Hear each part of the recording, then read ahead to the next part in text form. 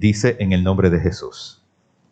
Jehová, recuerden que estamos hablando de la sabiduría, me poseía en el principio, ya de antiguo, antes de sus obras. Eternamente tuve el principado desde el principio, antes de la tierra. Antes de los abismos fui engendrada, antes que fuesen las fuentes de las muchas aguas, antes que los montes fuesen formados, antes de los collados, ya había sido yo engendrada.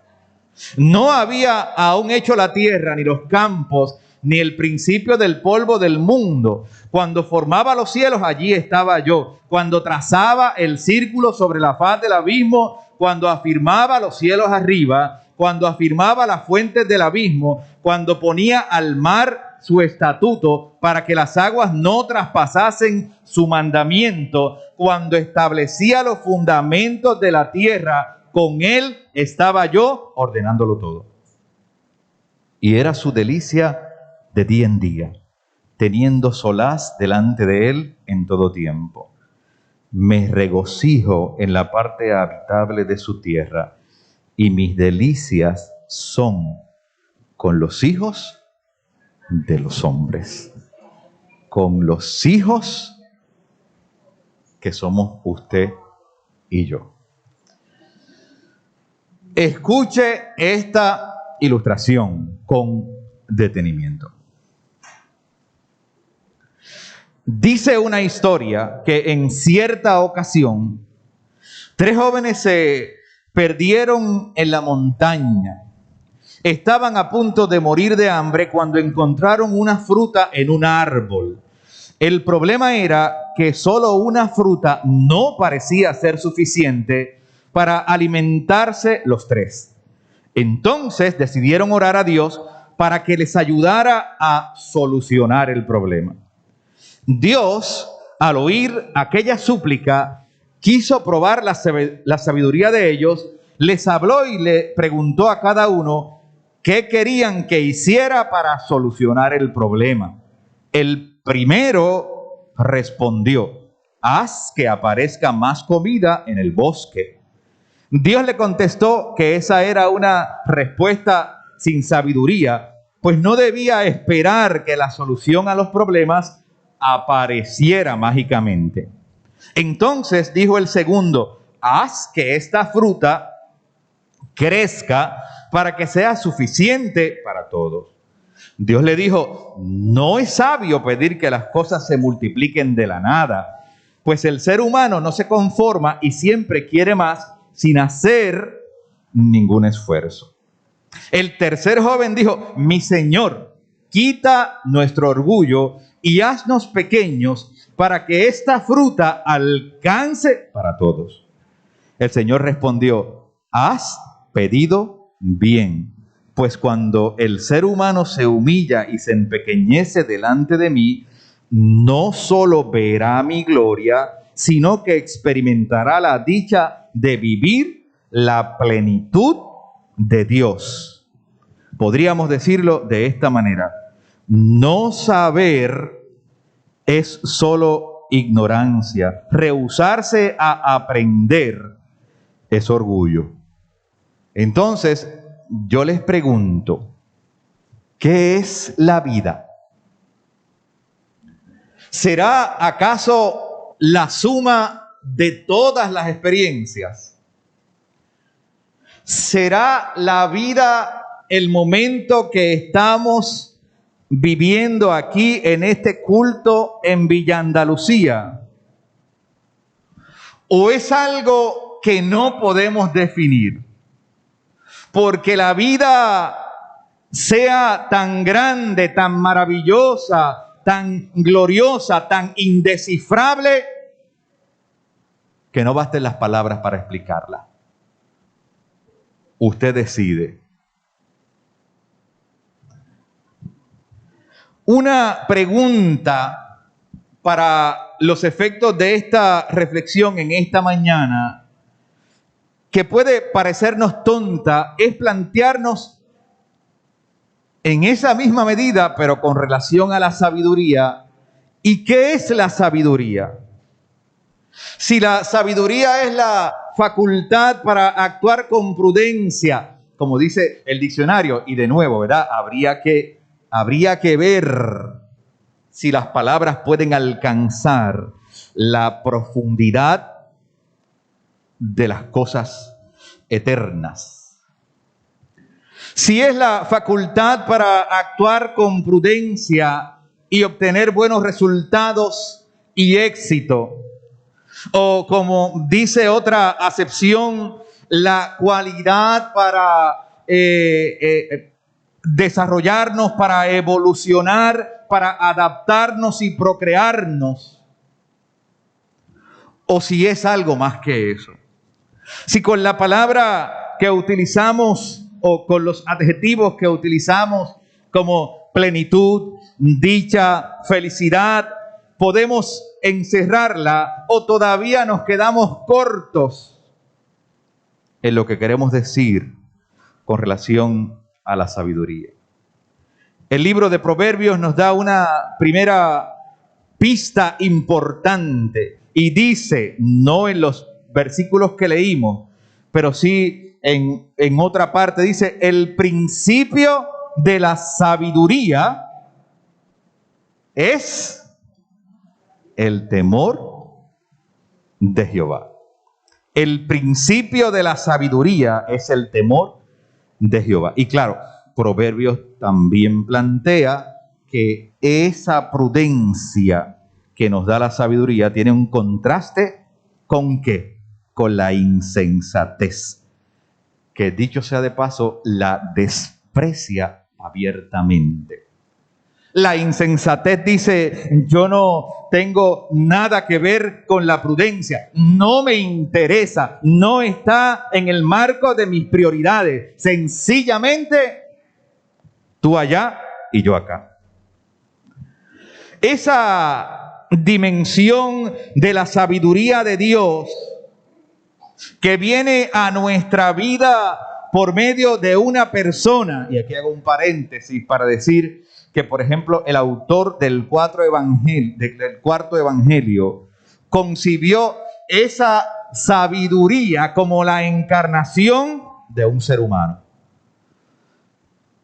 Recordarán cuando el evangelio dice que la palabra, utilizando el concepto del logos, se hizo carne en la persona de Jesús.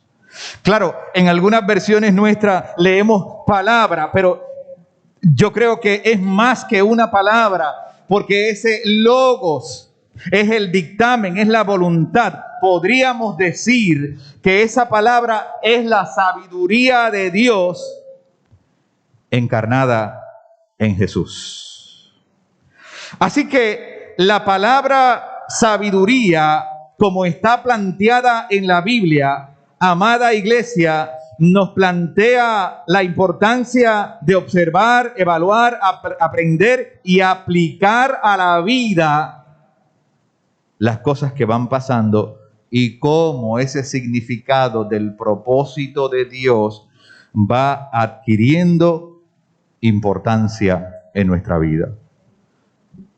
Por eso cuando Diana compartía su testimonio, yo podía leer en la línea que ella llevaba la sabiduría de Dios. Cuando usted decía los adjetivos que ella pedía, ¿verdad? Y cada uno compartía el suyo, la sabiduría de Dios. Porque para recibir la sabiduría de Dios, tenemos primero que tener la intención y la decisión para reconocer en esa evaluación que hacemos que esa sabiduría nos llega para bendecir nuestra vida. Pero no solamente para bendecir nuestra vida. ¿Cuál es el tema? Compartir las bendiciones que Dios me da. Así que me parece interesante porque el contraste de nuestro mundo es marcadamente distinto. Hay veces que el ser humano no quiere saber nada de la sabiduría. Bueno, claro, como la sabiduría me compromete, ¿verdad? Porque hay una hay una dinámica en la relación de las personas que se da en términos de compromiso. Cuando yo aplico la sabiduría, quiero que también tú estés bien. No solamente pretendo mi bienestar. Así que hay un balance en términos de mi dicha, de mi felicidad y de la tuya. Y de hecho también en el marco del sufrimiento, porque cuando tú sufres, a mí también me duele.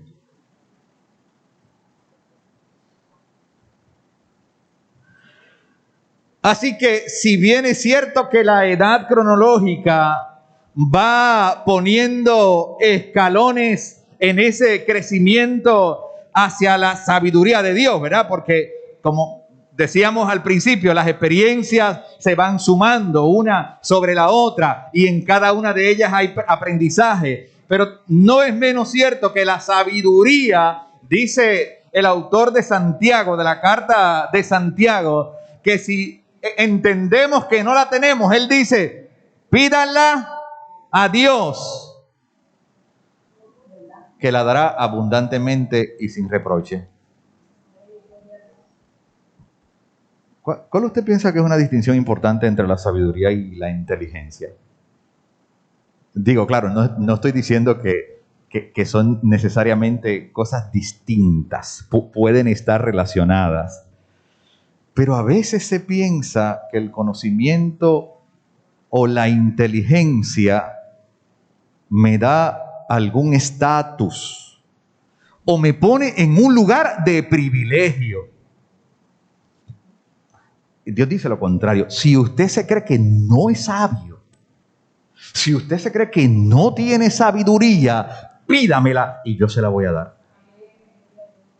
Y Dios nos hace sabios. Siempre recuerdo el testimonio de un viejito sin grados, ¿verdad? Sin grados de ninguna clase. Y cuando abría su boca para dar un consejo, había que hacer silencio, porque uno sabía que venía esa sabiduría del cielo. En este día de cumpleaños y de celebración de la vida, sin duda contamos nuestros días en la manera en que el tiempo va transcurriendo. Pero otra manera de hacerlo es ver cómo la sabiduría de Dios ha sido funcional para mí, cómo la he aplicado y qué resultados he obtenido. Bueno, pero no se me aleje mucho de la reflexión. Cuando digo evaluación, es también poder evaluar nuestros errores. Y la sabiduría decirnos que hay un requerimiento para ser honestos y auténticos, para poder, cuando cometemos un error, levantar la mano y decir, cometí un error. El mundo va a continuar, el sol va a salir mañana, fallé, ¿verdad? Y también cuando haga algo bueno, mire, sin ambaje, no, poder decir, mira, no, esto se hizo así y yo lo quiero afirmar. Entonces la sabiduría de Dios va permitiendo que ese desarrollo, ahora se habla yo creo con mucho sentido, ¿verdad? Hay un concepto, madurez emocional. Yo creo que la sabiduría va por encima, pero de todas maneras, la sabiduría nos invita a crecer en la madurez emocional, para trascender lo efímero, para poderle pasar por encima a las nimiedades de la vida, para poder decir esa lucha, yo la dejo a un lado porque mi lucha no es contra carne y sangre, yo sigo al blanco de la soberana vocación, hay un reto mayor que me espera, no sé. La segunda pista que a mí me parece que descubrimos en el texto es que la sabiduría nos hace una invitación a esa honestidad sin ambajes. Primero que no, para reconocer que no hay maldad cuando nos equivocamos y aprendemos. Y segundo, para aprender que los errores encierran un caudal de conocimiento inigualable. ¿Cuántos piensan de esa manera? Que en los traspiés, que en los errores, que en los problemas, que en las dificultades hay una semilla de aprendizaje. ¿Cuántos podemos decir, mira, aquel error que cometí me enseñó esto, esto y esto? O sencillamente como que queremos taparlo y dejarlo allí a un ladito, ¿verdad? Y seguir para adelante. Segunda pista, reconocimiento de la invitación de Dios a abrir mi corazón y en ello tal vez enfrentar lo que hay dentro de mí para primero presentarlo a Dios. Para reconocer que el crecimiento muchas veces lo encontramos en esas circunstancias. Y también para afirmar el valor de esos puntos de vista. Y la tercera clave, y terminamos. La sabiduría, amada iglesia, la sabiduría es como la esencia de un delicioso perfume que va dejando a su paso un olor exquisito. ¿Cuántos han notado eso? Que pasa una persona con un perfume maravilloso y tiene que llamar la atención. Para decir, ¿verdad? Para decir qué olor tan agradable. ¿Ha pasado? Eso hace la sabiduría de Dios aplicada a la vida. Eso hace el ejercicio de la reflexión, de la evaluación, que cuando se aplica va dejando rastros de perfume grato para nuestros semejantes. La sabiduría con esa clase de inclinación atrae lo bueno. Las personas se sienten atraídas a mirarse en el espejo de su vida. Aunque no se lo digan. Aunque no se lo digan a nadie. Usted es un ejemplo para otras personas. Todos los días, donde quiera que usted se encuentra dentro de un grupo de personas, hay un testimonio que estamos llevando y que es como el olor de un perfume grato. La sabiduría nos dice, aquí lo hiciste bien, acá debemos mejorar, y es capaz de moverse a través de nosotros, pero también a pesar de ello. ¿Quieres ser sabio? ¿Quieres ser sabia? Sé un buen observador, una buena observadora. Si decidimos no usarla, verá como hace la insensatez, entonces el mundo seguirá girando, no se va a detener a esperar por nosotros. Un gran pensador dijo una vez, lo único que yo sé es que no sé nada. Mire, esa sabiduría que estaba con ese hombre, de hecho, ¿verdad?